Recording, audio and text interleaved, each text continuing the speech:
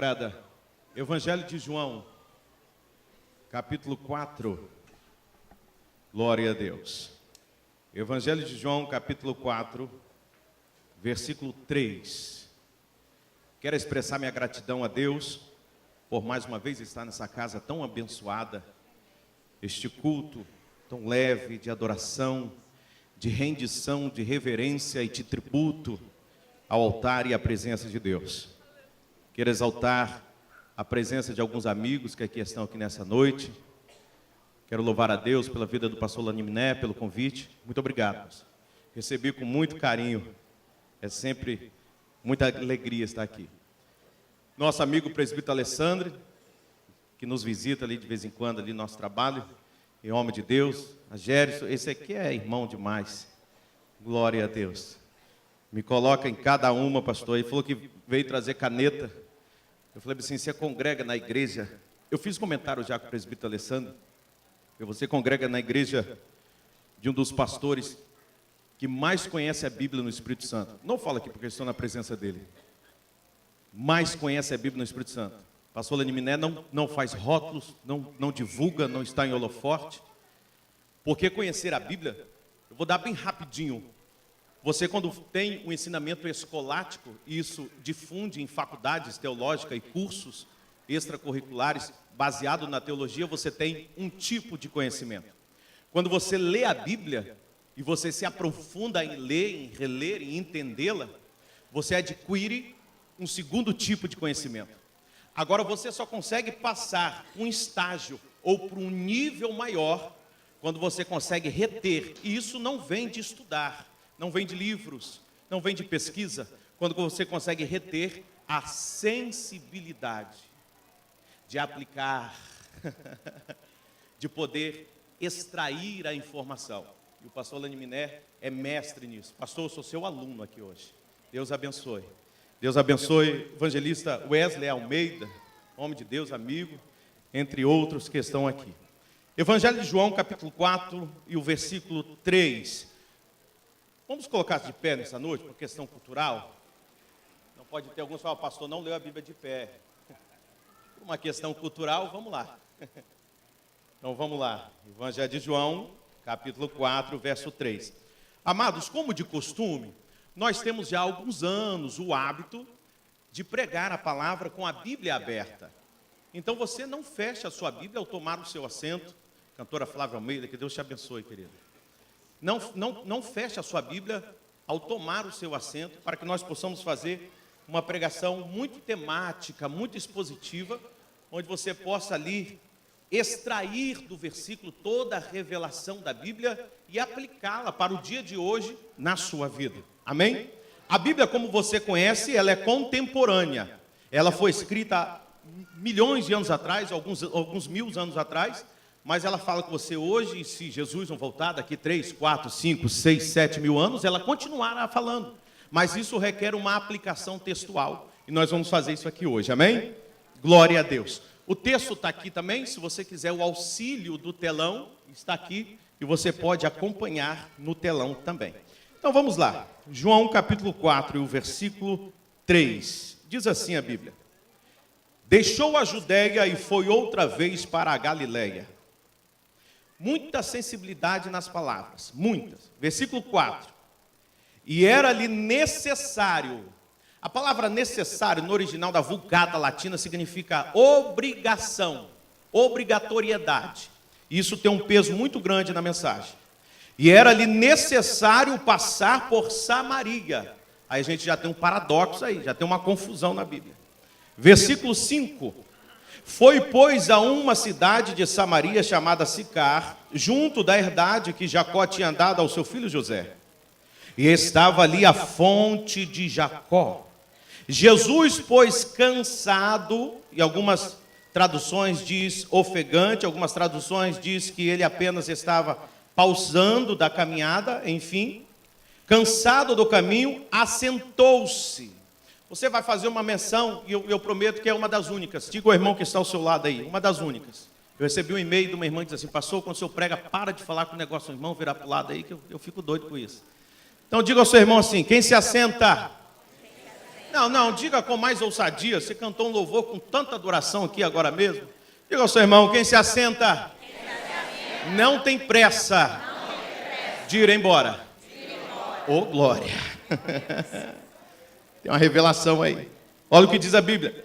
E estava ali, pois, e assentou-se assim junto da fonte. Jesus tem a atitude de sentar ao lado da fonte. E era isso quase a hora sexta, perto do meio-dia. Vamos lá. Versículo 7. E a mensagem começa aqui. Veio uma mulher de Samaria tirar água, como de costume. Disse-lhe Jesus, dai-me de beber. E esse pedido de Jesus, ele tem pelo menos 3 significados, não apenas a água. Versículo 8, porque os seus discípulos tinham ido à cidade comprar comidas. Eles ainda não estavam preparados para ver esse diálogo com Cristo. Essa é a resenha da religiosidade, nós vamos falar isso daqui a pouco. Versículo 9, disse-lhe, pois, a mulher samaritana, como sendo tu judeu, me pedes para beber a mim, que sou mulher samaritana. Abre parênteses, pois é uma sugestão do autor que escreve autógrafo, que diz assim, porque os judeus não se comunicam, aí eu tenho que consertar, porque comunica no presente, isso foi no passado. Porque os judeus não se comunicavam com os samaritanos. Fecha aspas. Versículo 10.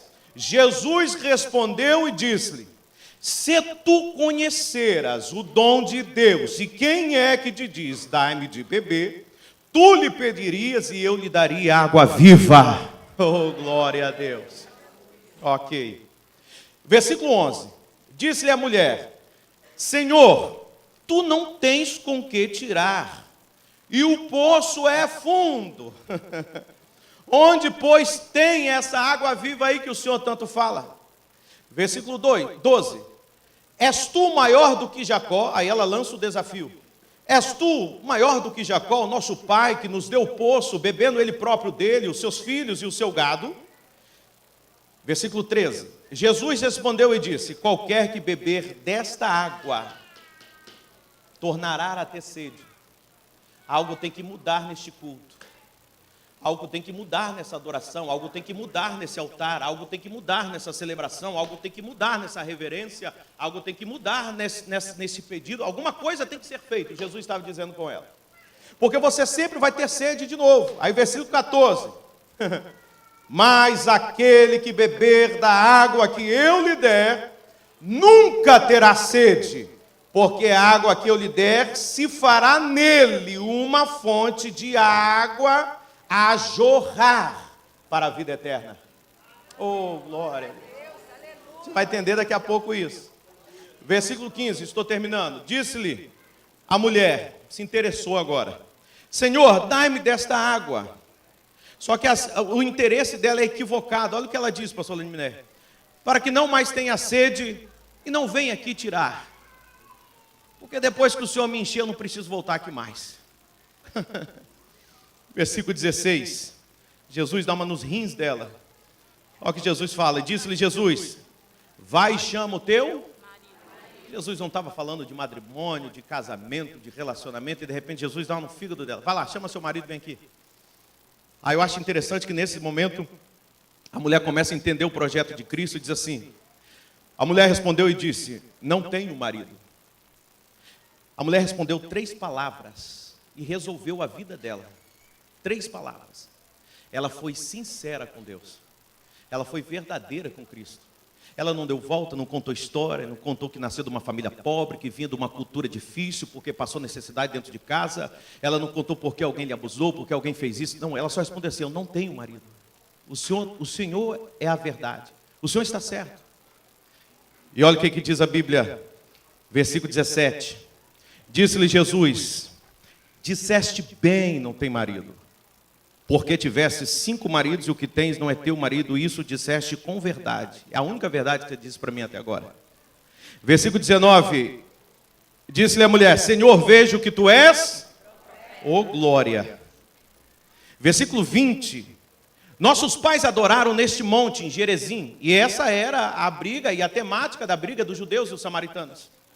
Nossos pais disseram que aqui, e vós dizeis que é em Jerusalém, no templo que Salomão uma vez construiu. Ela faz uma pergunta peculiar, plausível e aplicável para os dias de hoje. Ela diz assim: aonde eu devo adorar? Toma o seu assento adorando e celebrando a Deus. Oh, glória a Deus. Aleluias. Amados, peço que Deus coloque em meu coração a sabedoria para passar aos irmãos toda a revelação, uma vez que Ele me dera neste texto. Essa é uma das histórias na Bíblia Sagrada que você passa por diversas vezes, desde a EBD da escola dominical, desde os cultos de campanha, desde quando você está em casa apenas apreciando e lendo a Bíblia. Você já ouviu inúmeras mensagens, inúmeras reflexões a respeito dessa expressão ou dessa passagem à luz da Bíblia. Eu acho muito interessante que existem revelações aqui que se aplicam, são sugestíveis para os dias de hoje, pois nós estamos vivendo uma guerra insana entre a religiosidade e a graça. É a graça tentando se manifestar, tentando se colocar de pé e dizer: deixa eu tomar a frente do seu culto, deixa eu direcionar a sua história no Evangelho, deixa eu responder às suas indagações dentro da casa. E é a religiosidade, uma vez, tentando ofuscar as verdades da graça, dizendo: não, você tem apenas que se qualificar o sistema, e isso só já está de bom tamanho. Eu quero aqui usar uma linguística muito simples, singela, porque por mais que a gente está em um trabalho, por mais que é um trabalho diferenciado, domingo é um culto que normalmente tem pessoas nos visitando. Domingo é um culto que normalmente tem pessoas que não conseguem vir durante a semana, mas está no domingo. Então, eu tenho um hábito de todo domingo, eu tenho um propósito com Deus, de todo domingo pregar uma mensagem cristocêntrica. Sempre pregar sobre Cristo, sobre Jesus, sobre cruz, sobre salvação, porque você acaba atingindo todas as expectativas daquele que está na casa. Porque quem está na casa não tem interesse na cruz, não tem interesse por questão dentro da casa. Ok. O Evangelho de João trata-se de quebras de protocolo, quebras de paradigmas. Eu acho muito interessante que quando Jesus chama os seus primeiros discípulos, Mateus capítulo 4 e 5, você encontra isso. Jesus começa a chamar os primeiros discípulos dele, pastor Laniminé. E entre os primeiros, Jesus chamou João, Tiago e João. A saber que a história de João é uma história mais sucinta entre a Bíblia Sagrada, que tem mais notoriedade, que tem mais evolução de destaque entre a Bíblia. Então muitos acham, quando vão fazer um pleno requisito ou qualificação entre os discípulos e apóstolos, que João está numa escala maior do que Tiago ou entre os outros, e na verdade não está. A sua história pode ser mais bela, mais bonita, pode ser mais interessante para ler, mas a qualificação deles são as mesmas. Jesus apenas quebra protocolos. E isso decorre também entre o diálogo e o seu primeiro relacionamento entre a mulher samaritana e ele. Por que Jesus quebra protocolos no livro de João? Por isso é um evangelho sinótico. É interessante, porque quando Jesus o chama, Tiago era o irmão mais velho da casa, pastor Laniminé. João era o irmão caçula, era o mais novo. Poucas pessoas sabem disso. E havia uma tradição cultural entre os judeus, que o mais velho da casa era o primogênito. Isso todos conhecem e sabem. É o mais velho da casa que herdaria toda a autoridade do seu pai quando uma vez ele faltasse. Era o mais velho da casa que assumiria a casa e as funções de provisão da casa quando o seu pai faltasse. Ou seja, as bênçãos, as bonanças, tudo aquilo que estava declarado como promessa viria primeiro para o primogênito da casa. O irmão mais novo ficava na torcida, ficava na? Ok, assim é o evangelho. É um recebendo e o outro torcendo. Vai pegando aí. Muitas pessoas ainda não conseguiram entender isso. Assim é o evangelho. É um recebendo e o outro torcendo. Pastor, não entendi, vai entender agora. Vai ter pessoas que vai vir dentro da igreja. Elas vão ficar aqui por 10, 15, 20 anos e ainda algumas respostas não vão ser conclusíveis da parte de Deus para com a sua história. Você vai dizer: eu não entendi a obra de Deus na minha vida até hoje. Vai ter pessoas que vai chegar aqui com uma semana, Deus vai fazer um despertar e um revoar na vida dela, que você não vai entender. Pastor, quando isso acontece? Quando acontece que o irmão recebe, você celebra e torce, apenas. Glória a Deus. Aleluia. Certa vez teve uma irmã que chegou até mim e disse assim: pastor, eu não consigo congregar mais nessa igreja, porque em meio ao ciclo de oração, existe pelo menos entre as irmãs que lá congregam, 2 irmãs que me perseguem. E entre essas 2 irmãs, uma parece até um repórter, porque ela anuncia tudo da minha vida. Ela consegue saber da minha vida mais do que eu própria. Eu falei assim: qual a sua intenção com essa irmã? Ah, pastor, estou tentando achar ela na rua aí, vou pegar essa irmã, não está dando jeito. Eu falei assim: não, deixa eu te ensinar uma coisa. Você está tendo uma funcionária grátis, você não está pagando nada. Porque se você vai na internet, você vai contratar um digital influencer para poder bombar suas redes sociais, ele vai te cobrar uma grana preta para poder divulgar o teu nome. Se você vai nos lugares e diz assim: olha, fala bem de mim aí, poucas pessoas vão falar. Sabe o que o invejoso é? O invejoso é o fã número 1 da sua história, porque ele conta a sua história para todo mundo, meu irmão. Porque ele lembra de você ao acordar, ao amanhecer, ao dormir. Ele é o fã número 1 de você, a sua história está na cabeça dele. Deixa eu falar. É um fã. Espera aí. O que acontece com o paradigma que foi quebrado em João? João, quando foi, Jesus o chama, Rio Tiberiades ou Tiberíades, foi dado esse nome pelo imperador Tibério em Roma. Jesus o chama entre aqueles barcos pequenos. Tem uma mensagem que eu prego sobre o culto dentro do barco. Quando Jesus chama, vem João, o irmão mais novo da casa. Ele vem na torcida de que Tiago dá certo. Eu vou torcer que Tiago dá certo, que ele receba as promessas de Deus, as provisões de Deus, porque depois de Tiago é a minha vez, porque eu sou o caçula da casa, ele é o primogênito, então eu tenho que torcer para ele. Só que enquanto João torcia, ele se aproximava de Cristo. Por quê?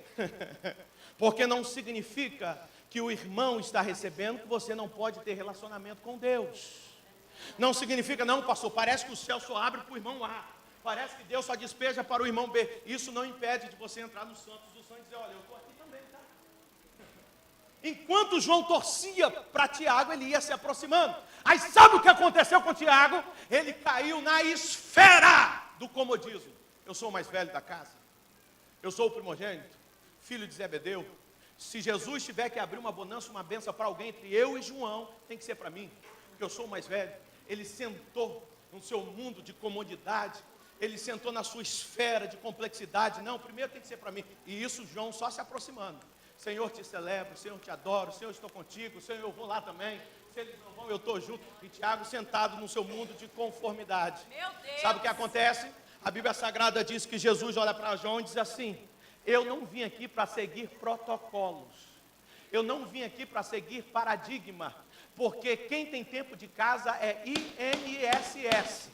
Eu estou aqui para poder ver quem está mais próximo, quem quer a palavra, quem quer a minha presença, quem está mais perto. Irmãos, Deus não está aqui dizendo: não, aquele tem 5 anos, aquele tem 3, aquele tem 10, aquele tem 15. Não, Deus, quando olha para o seu altar, ele vê quem está mais próximo dele, quem está mais perto dele. Eu vou falar igual o tanque de Betesda agora. Cuidado, em um certo tempo o anjo pode descer na casa, e o primeiro que estiver perto do altar pode sentir a presença. Oh, glória a Deus. O que aconteceu? Tiago ficou com a sua primogenitura e João ficou com relacionamento com Deus. Ele quebra o paradigma. Eu acho interessante que aqui, Evangelho de João capítulo 4, uma história que todos conhecem. A mulher samaritana e Jesus. Jesus estava vindo da Judéia, estava indo para a Galiléia, uma distância de 100 quilômetros. Quantos quilômetros? 100. Quantos quilômetros? 100. Curiosamente, a cidade da Galiléia tinha 150 quilômetros quadrados e a Judéia também tinha 150 quilômetros quadrados. Era o mesmo tamanho, cidade para cidade. Eu acho interessante que havia pelo menos 3 ou 4 caminhos diferentes para sair do lugar que Jesus estava, para chegar até o lugar de destino de Cristo. Para ele chegar até a Galiléia, ele tinha outros caminhos. Ele poderia pegar o lado do Monte Carmelo, do Jordão. Ele poderia pegar o lado de Cesareia. Ele poderia ter pegado o lado do Monte Hermon, do Monte Tabor. Não, ele escolheu justamente o caminho que ninguém passava. Diga ao seu irmão, o caminho que ninguém passava. Ok. Pastor, por que era o caminho que ninguém passava? Eu não quero aqui entrar na discussão de samaritanos e judeus, que isso é uma questão prática da teologia. A questão da falta de relacionamento mútuo da falta de comunicação entre judeus e samaritanos era uma questão religiosa, não era uma questão cultural. Já vi muita gente pregando que eram questões políticas e culturais, não era isso, era uma questão religiosa. Porque quando Deus disse lá em Deuteronômio que o lugar de adorar era lá em Geresi, então os samaritanos acreditavam que lá em Geresi deveria adorar por resto da vida. Aí de repente Deus dá uma ordenança a Salomão que construísse o seu templo, que ele iria habitar dentro da casa. Quando Salomão inaugura o templo, a Shekinah, a nuvem que representava, não era Deus, entra dentro da casa e Deus habita dentro da casa. Opa, já temos um questionamento aí. Deus entrou dentro de Salomão, mas Deus disse que estava em Geresi. Aí os judeus dizem, não, o lugar de adorar é aqui em Jerusalém, é onde tem um templo. E os samaritanos se permaneceram no monte de Geresi, dizendo, não, aqui é a fonte de Jacó, é aqui que nós vamos ficar. E por orgulho, duas nações que adoravam e celebravam o mesmo Deus, não se comunicavam, não se falavam, não se suportavam. Por orgulho, dizia que adorava o mesmo Deus, dizia que celebrava o mesmo altar, dizia que erigia um altar com 3 pedras calcárias, imolava um cordeiro, e assim celebravam o Rei dos Reis e Senhor dos Senhores, mas não se comunicavam, não se falavam, a ponto de um judeu não passar perto de um samaritano e vice-versa. Ou seja, por extremo orgulho religioso, não havia um diálogo. Ninguém passou ali em Miné, sentou e falou assim, vamos chegar no consenso. A gente adora e celebra o mesmo Deus, a gente acredita nos mesmos profetas, a nossa Talmud é a mesma, a nossa Taná é a mesma. Ô meu irmão, vamos aqui chegar no consenso, vamos adorar junto. Não, eles nem se falavam, porque Samaria pensava que era a igreja de Deus, Jerusalém achava que era a igreja de Deus também, e assim não se comunicavam. Eu falei que a mensagem é sugestiva para os dias de hoje. Há uma peculiaridade para o que estamos acontecendo nos dias de hoje. Há muitos lugares que parece que o Deus é diferente do Deus de outros lugares. Você chega num lugar que parece que é estranho, parece que você não está no mesmo povo de Deus. Ok, a Bíblia Sagrada diz que havia um distanciamento de relacionamento. Quando de repente Jesus está saindo, ele diz assim, eu tenho que ir para Galileia, mas eu tenho que passar por Samaria. De repente os apóstolos de Cristo arregalam um olho desse tamanho e diz assim, Senhor, em toda a nossa jornada nós nunca passamos nesse lugar, nós temos por cultura, nós temos por hábito não passar nesse lugar, para a gente nem ver os samaritanos, não quero passar perto deles. Ok, diga comigo, 100 quilômetros. Jesus diz assim no versículo 3, me ajude aí, coloque no telão, versículo 4, melhor dizendo, olha o que diz a Bíblia, era-lhe necessário passar. A palavra necessário no original da Vulgata Latina, Damasio II tem autoridade de fazer a tradução da Bíblia, significa era obrigatório. Por que era obrigatório? Porque Jesus estipulou uma obrigatoriedade. Jesus diz assim, olha, daqui lá é 100 quilômetros, escuta isso, quem está me ouvindo diga amém. Escuta para você dar um glória. Jesus diz assim, daqui lá é 100 quilômetros. Já experimentou andar 100 quilômetros? Viajar de carro 100 quilômetros é uma coisa, andar a pé é outra. Andar 100 quilômetros, Jesus diz assim, da onde eu estou até lá é 100 quilômetros, mas eu tenho uma obrigação. A distância não vai fazer eu mudar de ideia, o cansaço não vai fazer eu mudar de ideia, as pedras no caminho não vai fazer eu mudar de ideia, o disse daqui até lá não vai fazer eu mudar de ideia, os conselhos que vão me dar daqui até lá não vão fazer eu mudar de ideia. Eu ando 100 quilômetros e o meu percurso é o mesmo, o meu alvo é o mesmo, a minha intenção é a mesma, desde quando eu saio até a minha jornada é a mesma. Olha o que Deus está dizendo a você aqui nessa noite, meu irmão, para com esse negócio, Deus não está chegando, está longe, Deus parece que não vejo, a porta parece que está emperrada, eu só vejo gente jogando pedra, eu só vejo gente perseguindo. Continua no teu caminho, continua no teu alvo. Paulo disse para nós somos como um corredor correndo para o alvo. Continua no alvo. 100 quilômetros. De repente, se fosse eu e você, na primeira conversa de Pedro, Senhor, vai lá não. Aí Pedro daqui 10 quilômetros falando, tá bom, tanto você fala, eu vou mudar de caminho, vamos para Cesareia. Não, A Bíblia diz que Jesus diz assim: obrigação. Eu não mudo o meu percurso daqui até lá. Eu não mudo a minha rota daqui até lá. Pegue na mão do irmão que está ao seu lado aí. Diga ao seu irmão assim. Diga ao seu irmão assim: não importa o que apareça na caminhada. Não importa quantas conversas cheguem ao meu ouvido. Diga ao seu irmão: não importa a distância do percurso. Eu não mudo o meu alvo. Eu permaneço no mesmo caminho. Eu permaneço no mesmo propósito. Eu permaneço firme e fiel a Ele. Ok. Jesus diz assim: eu não vou mudar. Nós vamos andar 100 quilômetros até lá e eu não vou mudar. E Ele não mudou, porque Ele não mente. Olha o que a Bíblia diz. Versículo 6. E estava ali a fonte de Jacó. A fonte de Jacó fica para uma outra mensagem, um outro estudo, porque é muito longo a teologia da mesma. A fonte de Jacó representava, pastor Laniminé, o culto da religiosidade, os atributos da religião. Jacó deixou o poço, e o samaritano se apegou ali naquele poço, como um culto, um tributo, uma reverência. Eu estou aqui reverenciando, estou aqui celebrando, estou aqui cultuando. Ninguém pode atrapalhar, ninguém pode me conter, porque Deus representa esse poço. Ou seja, representa o culto da religiosidade. Cristo, por sua vez, representa o culto da graça. E é aquele que está aqui nesta noite, a graça de Deus. Olhe para cá, no versículo 6 a Bíblia diz assim: e estava ali a fonte de Jacó, o culto da religião. Jesus, pois, cansado do caminho.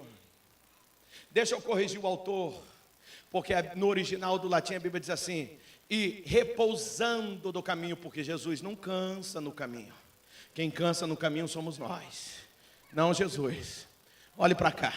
E ali Jesus se assentou junto da fonte. Agora, vamos analisar uma coisa. Olha o que a Bíblia diz. E se assentou assim, junto, não dentro da fonte. Diga ao seu irmão: uma coisa é ir buscar alguém, outra coisa é ir participar. Jesus não foi para participar do culto da religiosidade, como alguns teólogos dizem. Jesus estava junto à fonte, como quem diz assim: eu vim aqui com um propósito, não vim aqui participar disso aqui.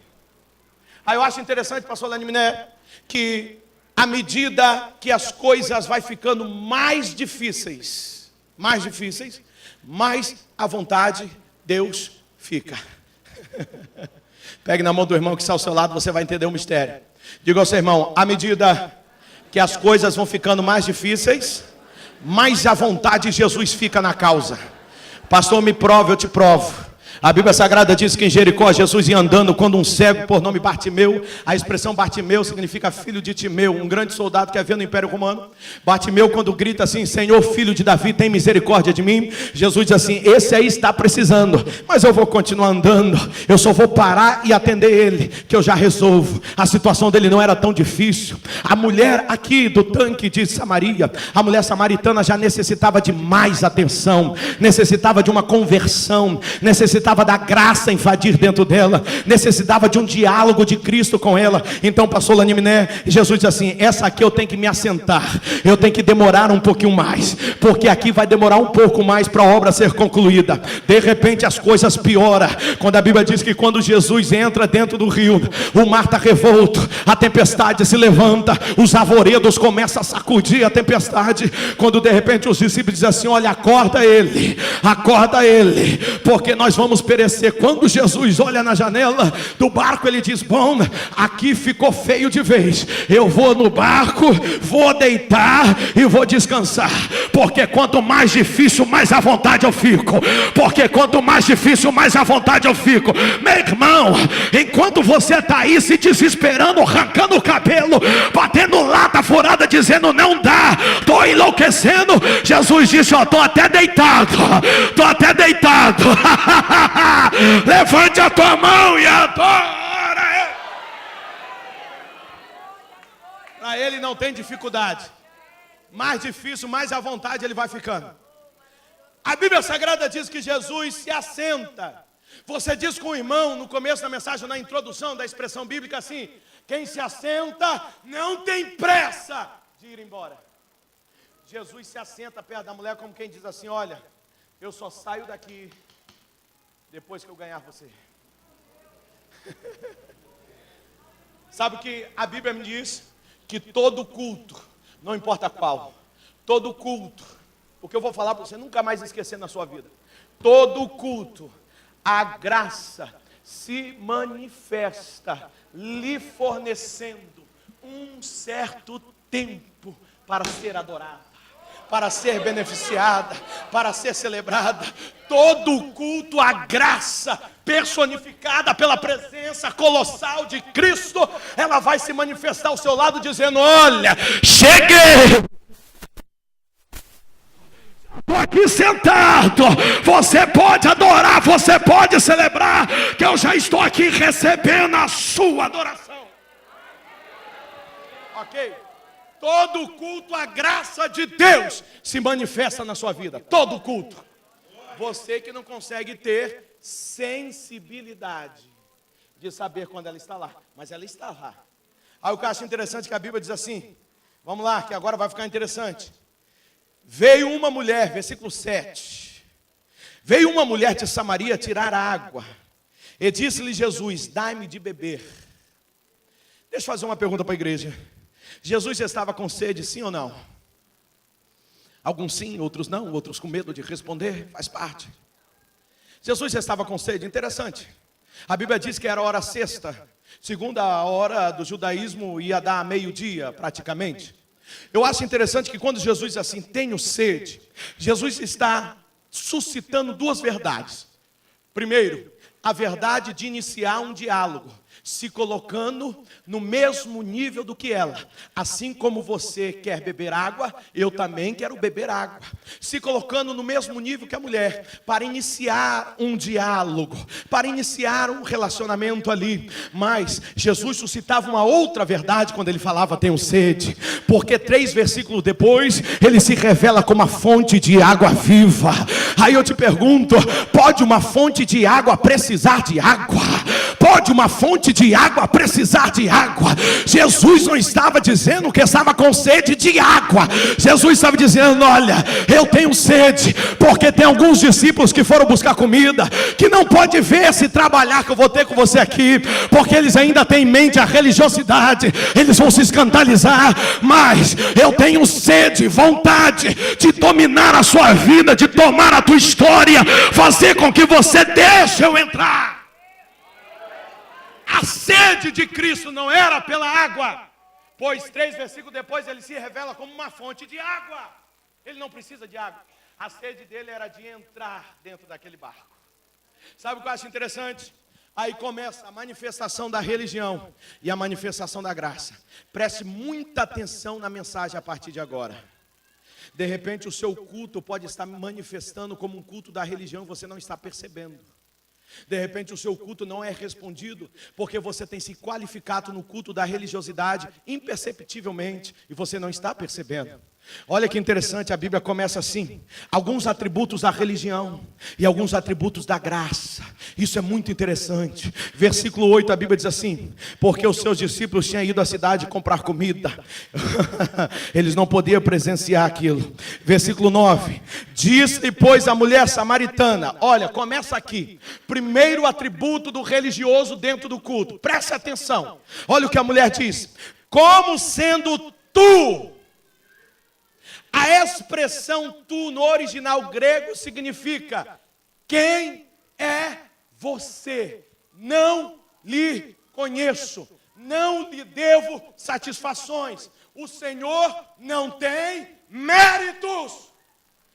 A expressão com que ela chega a Cristo, pastor Lanimer, é como diz assim, como tu foi mal educada, foi deselegante, como quem diz assim, eu não quero comunicação com o Senhor, eu não quero me dialogar com você, então eu já vou tirar você aqui de perto já, sendo deselegante com você, como tu.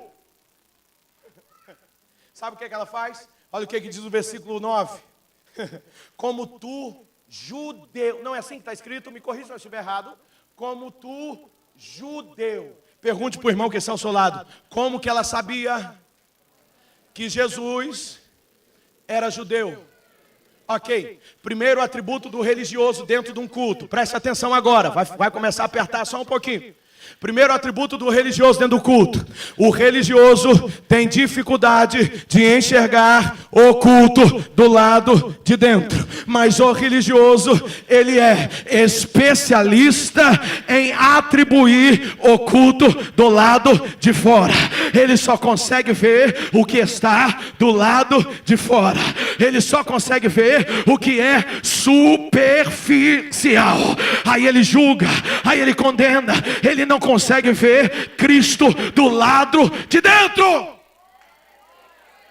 Quando ela olha para Jesus, ela diz assim: olha, pela sua roupa, porque o samaritano usava uma sandália e um cinto diferente, a dobra do cinto era diferente, era por questão cultural, para saber quem era quem. Ela, quando olha para Jesus, não olha no seu rosto, não olha nos seus olhos, não procura saber quem é, ela simplesmente olha para as suas vestes, como quem olha de alguém de fora para dentro. Deixa eu ver quem é esse estranho aqui. É pela roupa, é judeu, vale nada. Primeiro atributo do religioso: ele nunca consegue entender, sentir e conhecer o culto do lado de dentro. Aí é a hora que ele cai naquele atributo daquele rol de questionamento. Pastor, o culto hoje não foi legal. Pastor, o culto hoje não foi bom. Pastor, os louvores não foi bem escolhido. A palavra não foi boa. Pastor, o horário passou demais. Pastor, nós temos que fazer isso, aquilo. Porque ele estava superficial dentro da casa. Como tu, sendo judeu, debaixo do judeu tinha um Cristo, mas ela só conseguiu enxergar o que estava do lado de fora. Primeiro atributo da religiosidade: só sabe enxergar, condenar e julgar o que está do lado de fora. Cuidado, você pode estar dando um culto da religião sem estar sabendo. Mas vamos lá que o negócio vai ficar mais apertado. Aí diz assim: me pedes a beber a mim, que sou mulher samaritana. Como quem diz assim, é uma afronta, uma falta de desrespeito. O Senhor não conhece a cultura. Eu sou mulher e o Senhor não pode conversar comigo. Como que Jesus, Alessandro, poderia ter falado versículo com ela: olha, você já teve 5 maridos, que tem é seu, e pela hora, pela tradição, você veio se encontrar com outro, porque meio-dia só homem poderia buscar água na fonte. Aí ela diz assim no versículo 9, olha que interessante. Versículo 10: Jesus respondeu e disse: se tu conhecer o dom de Deus, não sabe quem cultua. Segundo atributo da religiosidade: não tem metas e expectativas dentro do culto. Bota uma roupa bela, legal, se arruma, vai para o culto, levante a mão, bate palma, o culto termina e ele não sabe nem para que ele veio. Ele não sabe nem para que ele está aqui. Ele se programa para o próximo e isso vira uma consequência rotineira na sua vida espiritual com Deus, no seu relacionamento com Deus. Aí se você perguntar: e Deus? Fala: não, Deus de repente eu senti em algum momento, mas não sei não. Ela não sabia nem a quem servia naquele poço, nem a quem tributar, nem a quem reverenciava. Virou um negócio mecânico, virou algo rotineiro. Por isso que Deus fala assim: se você conhecer o dom de Deus, se você entrar dentro do culto tendo uma meta: eu preciso ir lá para ver, eu preciso ir lá para sentir, eu preciso ir lá para tocar, eu preciso ir lá para ser correspondido, eu preciso ir lá para sanar minhas dúvidas, algo tem que acontecer. Você não pode vir num culto, entrar a mesma, parece até clichê de pregador, entrar a mesma coisa e sair pelo amor de Deus, é uma reunião. Você tem que sair daqui dizendo: não, algo diferente aconteceu naquele lugar. Glória a Deus, aleluia. E Jesus interpela ela: você precisa conhecer o dom de Deus. Você vem para esse tanque, você celebra a religião, tributa a religião, nada acontece, e isso virou rotineiro na sua vida. Para com isso. Aí eu acho que Jesus fala, eu acho isso muito interessante. Se você conhecer o dom de Deus, e quem é que te diz: dá-me de beber? Tu lhe pedirias, e eu lhe daria água viva. Versículo 11. Segura agora, que agora vem rojão. Olha o que diz o versículo 11. E disse a mulher: Senhor, tu não tens com que tirar. A mulher melhora um pouquinho, pastor Laniminé. Ela melhora um pouco, porque ela tira os olhos das vestes de Jesus, te condenando, te julgando pelas suas vestes, e ela olha para as mãos de Jesus. Porque quando Jesus diz assim, olha, eu tenho uma água viva, que se você beber não tem mais sede. Ela já olha para o poço, pastor, carnal, religiosa, não entendendo a complexidade da revelação. Ela já olha para o poço e olha para as mãos de Jesus e diz assim, bom, você não tem instrumento, filho. Você não está preparado para me dar água. Você não tem ferramenta na mão para me dar água. Porque o terceiro atributo do religioso, o religioso entra num culto como esse e acha que Deus precisa de ferramentas para falar com a sua vida. E acha que Deus precisa de instrumentos para falar com a sua vida. E acha que Deus precisa de fazer toda uma conjectura maquinária para poder falar com a tua história. Não, Deus não precisa de ferramenta, porque Ele já foi o instrumento perfeito, morto no Calvário para falar com você. A mulher olha para as mãos de Jesus como quem diz assim, olha, eu só acredito que algo vai acontecer se o Senhor me mostrar que está preparado. Como quem diz assim, você não tem corda, você não tem nada, você não tem balde, que água você vai me dar, rapaz? Culto da religião, só acredita em milagre, quando o milagre já está na porta da sua casa. Porque enquanto não acontece, fica assim, não sei, não vai, não vem, não acontece, não falou, não receitou, então não vou acreditar. Aí eu acho interessante que agora ela se entrega. Olha que interessante, o que ela diz? E disse a mulher, Senhor, tu não tens com que tirar. Olha o que diz a Bíblia. E o poço é? Não ouvi. E o poço é? Aperte a mão do irmão, porque ele vai chutar a tua canela agora. Diga ao seu irmão, eu vou te livrar só um pouquinho para ele não ficar com raiva de você. Diga ao seu irmão, a Bíblia. Você não pode chutar o irmão, porque é a Bíblia. Diga ao seu irmão, a Bíblia me autoriza a dizer que um dos atributos do religioso é não conseguir chegar em profundidade, porque tem medo dela. Ela olha para Jesus e diz assim, olha, sabe por que eu não peguei água até hoje? Sabe por que eu não consegui beber água? Sabe por que eu não toquei água?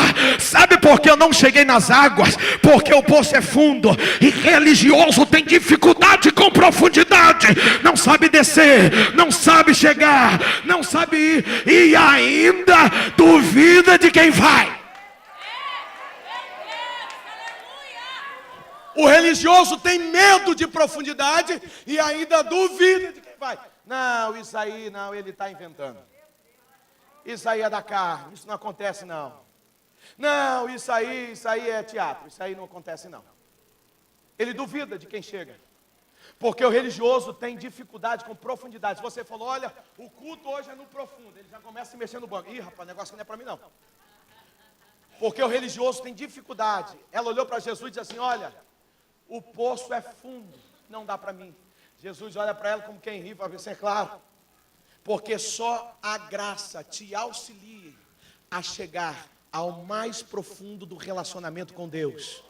Não é você que chega, porque eu não preciso vir aqui falar que não somos nada, que não temos nada, porque isso todo mundo já sabe de carteirinha. É a graça de Deus que te auxilia a chegar na profundidade, onde você toca o relacionamento com Deus, onde você alcança as suas bênçãos, os seus benefícios, as suas dádivas que vêm do céu. É a graça e a misericórdia de Deus. Sem graça não chega. Aqui nesse texto tem uma prova que sem graça não chega na profundidade, não chega. É religioso, não chega. Se falar que chega é mentira. A Bíblia diz que Jesus olhou e disse assim, claro, só quem vai aí sou eu. Olha o que a Bíblia diz no versículo 11. E o poço é fundo.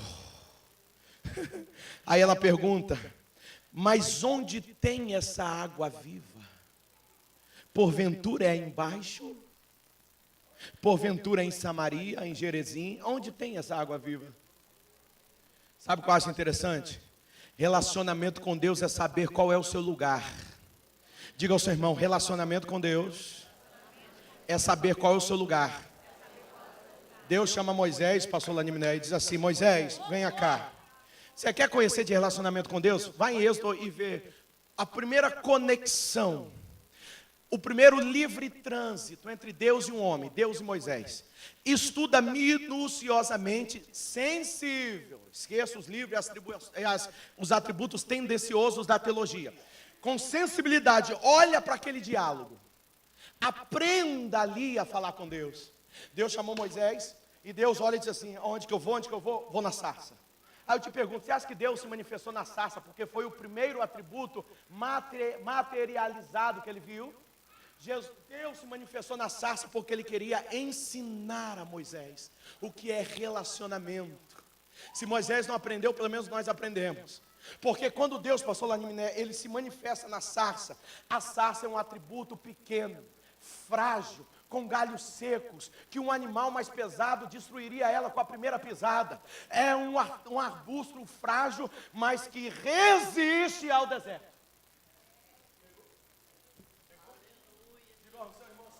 Diga ao seu irmão, a sarça é um arbusto frágil, seco, frágil, mas resiste ao deserto.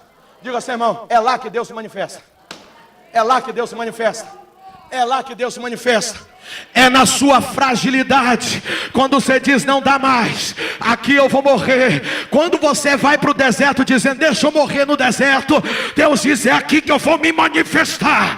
É aqui que eu vou me manifestar. Deus se manifesta no arbusto pequeno, frágil e seco, dizendo a Moisés, aprenda o meu relacionamento. Aí quando Moisés vem chegando, Deus diz assim, Moisés, tire as alparcas. Quem está me ouvindo, diga amém. Amém. Tire as sandálias dos seus pés. Deus ensinando a Moisés o lugar de cada um. Porque o lugar que tu estás é...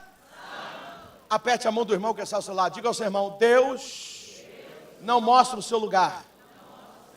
Isso é deselegante. Deus não faz isso, Gerson. É deselegante. Vou mostrar qual é o seu lugar agora, rapaz. Não, Deus não faz isso. Homem faz isso. Diga ao seu irmão, Deus apresenta o dele. E você já sabe qual é o seu.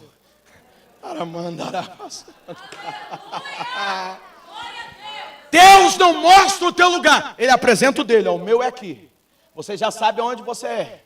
Você já sabe até onde você vai. Quando Deus falou com Moisés, tire a sandália dos seus pés, estava desenhada ou timbrada a famigeração da figura do Deus Ra na sandália de Moisés.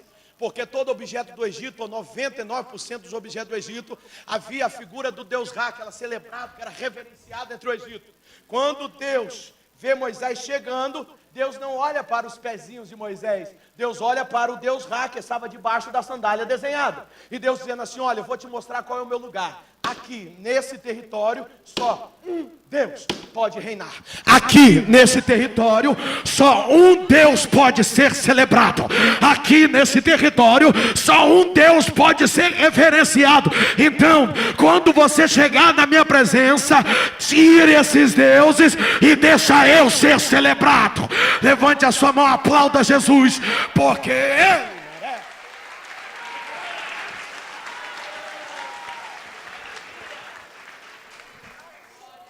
Ok. Versículo 14. Mas aquele que beber da água que eu lhe der, nunca terá sede, porque a água que eu lhe der se fará nele uma fonte. O que é uma fonte? Uma fonte é aquilo que extrai a água e você não sabe de onde que vem. Você já achou fonte? Quem é da roça aqui? Oriundo da região rurícola. Você já achou fonte? Você já tentou seguir o caminho da fonte? Dificilmente você sabe de onde que vem água. Você vê ela escorrendo pela pedra, ela vem, você olha. E sabe o que eu acho interessante? Que a Cesana não abastece a fonte, mas ela jorra água direto ali, ó. Você não sabe, né? Jesus diz assim, olha, fará dentro de você uma fonte a jorrar para a eternidade. Sabe o que Jesus estava dizendo com aquela mulher? Quando você deixar a graça entrar dentro do seu culto, Neste momento você não precisa de 500 dias de campanha, você não precisa de 200 dias de culto, não.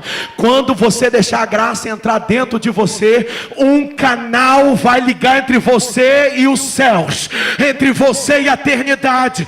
Tudo que você fizer aqui, a graça aprova lá. Tudo que você apontar aqui, a graça responde lá. Só quem está recebendo esta graça, levante a sua mão e adore a Ele. Fica de pé nessa noite.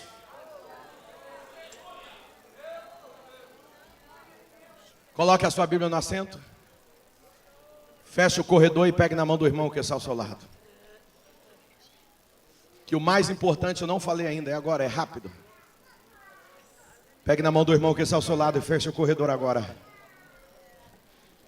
Quem está me ouvindo, diga amém. Aquela mulher diz assim: Senhor, eu quero desta água. Me interessei. Achei interessante o que o Senhor propôs para a minha vida, para a minha salvação. Sabe o que eu acho interessante? Para terminar, versículo 16, lê na sua casa. Jesus diz assim: vai, chama o teu marido e volta. Se você trouxer o seu marido, eu entro no seu culto. Eu entro na sua casa. Eu mudo a sua história. Eu faço de ti uma nova criatura. Mas você tem que trazer o seu marido. Pastor, por que essa mulher citou marido, se o próprio Jesus sabia que ela não tinha marido? 2 versículos depois, Jesus diz assim: você não tem. Então por que Jesus pediu uma coisa que ela não tinha? Por que Jesus pediu uma coisa que ela não poderia dar? Pastor, Jesus queria humilhar aquela mulher? Não. Jesus queria expor aquela mulher? Também não. Jesus queria ensiná-la que o culto da graça é diferente do culto da religiosidade. Não se chega de qualquer maneira, não se chega de qualquer jeito, porque relacionamento com Deus é sensível. Não tem imitação, não tem cortar caminho, não tem jeitinho, não tem berganha, é sensibilidade. Jesus diz assim: pega o seu marido e vem. Quando você apresentar o seu marido, a graça entra no seu culto. Pastor, o que é isso? Vou te explicar e você nunca mais vai esquecer. Na liturgia cultural de um casamento, a mulher deveria reverenciar 3 atributos a um casamento. Quantos atributos? 3. Primeiro, compromisso. Diga comigo, compromisso. Ela tinha que ter compromisso com o marido, com o noivo, com aquele que estava em casa ou com a família. Segundo, ela deveria ser submissa a ele e às leis de Deus, para que pudesse entender o trabalhar de Deus dentro da sua casa. Terceiro, ela tinha que ter celebração. Ela deveria celebrar aquele acontecimento. Ela deveria celebrar a sua casa, celebrar os seus filhos, celebrar os parentes novos que agora estavam chegando. Ou seja, ela tinha que ter, pastor, compromisso, submissão e celebração. 3 atributos básicos de um casamento no judaísmo. Quando Jesus falou para aquela mulher: pega o seu marido e vem cá, Jesus diz assim: mesmo no seu culto da religião, mesmo no seu culto carnal, eu quero pelo menos entender se você tem compromisso, se você tem submissão, se você tem celebração. Porque se você não aprender que a graça tem que ter compromisso, tem que ter submissão ao altar, submissão à palavra, submissão à presença e celebração da graça, eu não entro no seu culto, eu não entro na sua casa. Ou seja, 3 reverências básicas para que a graça invade o seu culto hoje: compromisso, submissão e celebração. Aquela mulher diz assim: Jesus, eu não tenho compromisso com o altar, eu não tenho submissão com a palavra, eu não tenho celebração com a sua presença.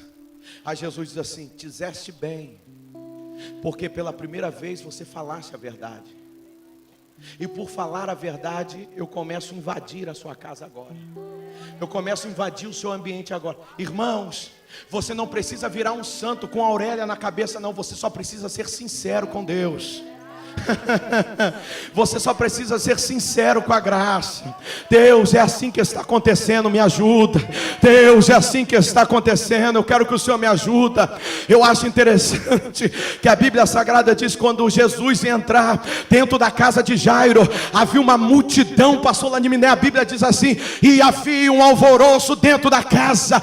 A palavra alvoroço no original da Verbete significa multidão de pessoas que estavam ali apenas para ver a queda, a derrota e a morte daquela menina. Jesus diz assim: tirem todos da casa. Eu não preciso que você fale se você tem pecado, se está escrito, não, eu quero só que limpe a casa. Depois que você limpar a casa, eu boto meu pé lá dentro e entro. Limpe a casa.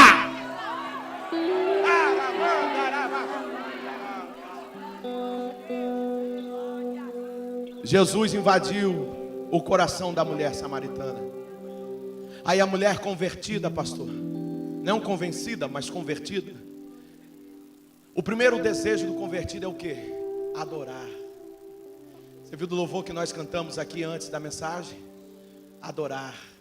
Quando você entra num culto como esse, e você tem dificuldade em chorar, você tem dificuldade em se arrepiar, você tem dificuldade de sentir a presença, você tem dificuldade em se emocionar quando os louvores cantam, você pode estar sujeito a um culto da religiosidade. Cuidado. A Bíblia Sagrada diz que a primeira coisa que aquela mulher faz, quando ela recebe a graça, ela se emociona, pastor Laniminé. E ela se emociona tanto que ela diz assim: Senhor, eu não vou esperar até de noite não, tá bom? Eu não vou esperar até a hora do culto não. Por favor, aonde que eu saio correndo daqui vou adorar? Aonde? Aonde que eu saio correndo daqui onde eu estou? Meio-dia. Meio-dia não tinha culto, Alessandro. Meio-dia não tinha lugar para celebrar. Aquilo era meio-dia no sol quente. Ela falou: Jesus, em pleno meio-dia, aonde que eu corro para adorar? Eu quero adorar agora. Eu quero adorar agora. Aí ela pergunta: alguns falam que em Geresi, outros falam que em Jerusalém. Eu tenho vigor para adorar agora. Aí Jesus diz assim: sabe aonde você adora? Sabe aonde você celebra? Procura os verdadeiros. Procura os verdadeiros, porque o Pai, Ele chama quem o adora em espírito e em verdade. Aplauda Jesus, porque Ele merece. Grupo de louvor, cadê o grupo de louvor?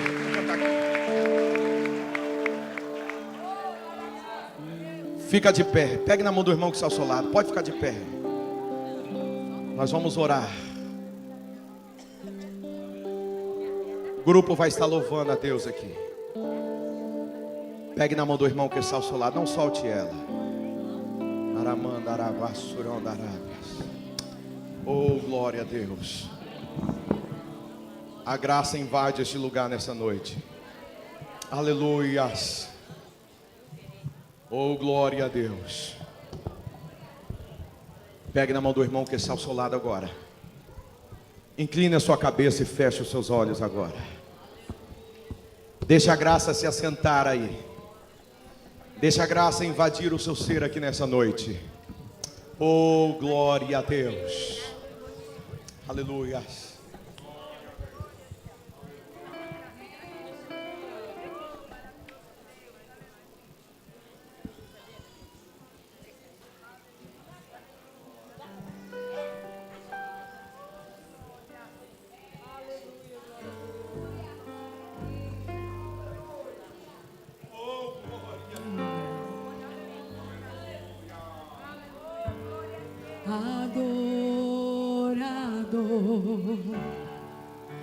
É tudo. Coloque a mão no coração agora. Abra sua boca e cante. Adore a Ele nessa noite. Que Deus me formou e quem poderá calar a voz de um coração.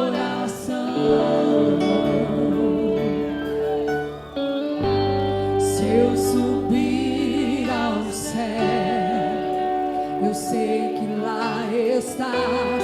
Se eu mergulhar no mais profundo mar, nunca poderei me ausentar.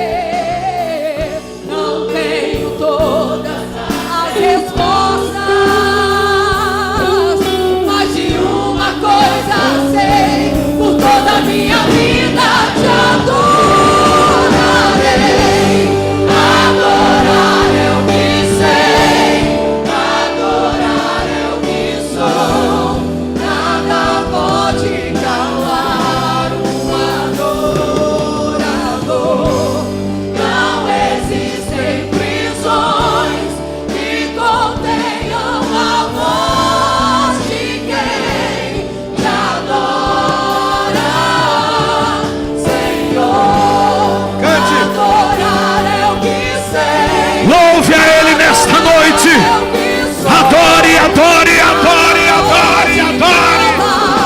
Meu Deus. Área mandaraba. Não existem prisões que contenham a voz de quem te adora, Senhor. Aleluia. Se eu vencer, te adoro. Se eu perder, te adoro. Se eu subir, te adoro. Ou se descer, te adorar é o meu prazer. Minha força ela vem do Senhor. Nada pode calar um adorador. Adorar é o que sei, adorar é o que sou. Nada pode calar um adorador. Não existem prisões que contenham a voz de quem te adora, Senhor. Adorar é o que sei, adorar é o que sou. Nada pode calar um adorador. Não existem prisões que contenham a voz de quem te adora. A voz de quem te adora. A voz de quem te adora,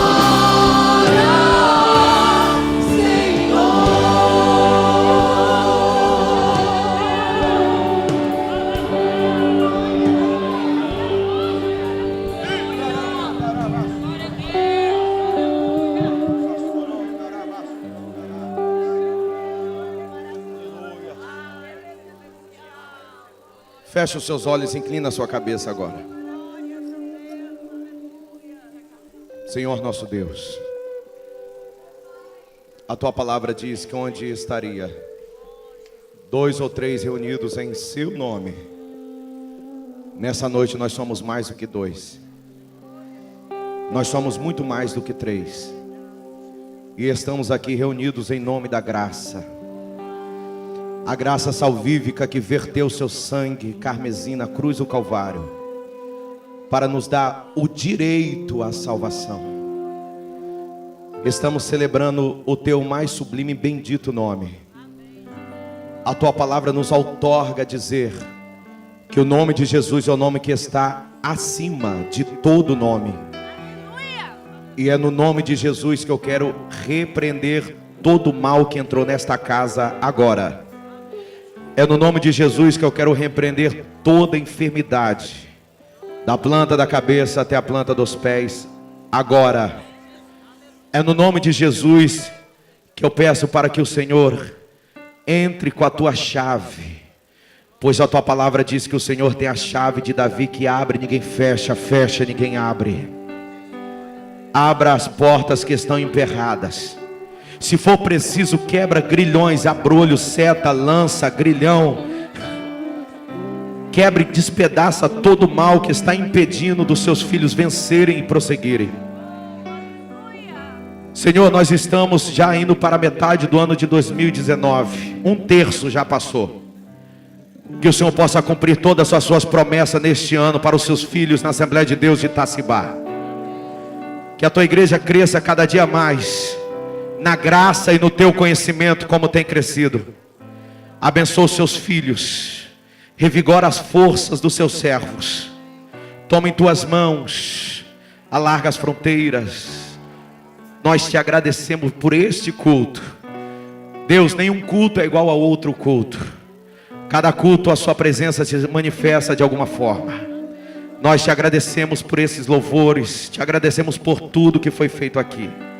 Sentimos a graça sentar ao nosso lado sem ter pressa de ir embora. Muito obrigado, Deus. É o que nós te pedimos. Em nome de Jesus. Levante as suas mãos e aplauda Jesus bem forte, porque Ele merece. Tome o seu assento. Tome o seu assento adorando a Deus.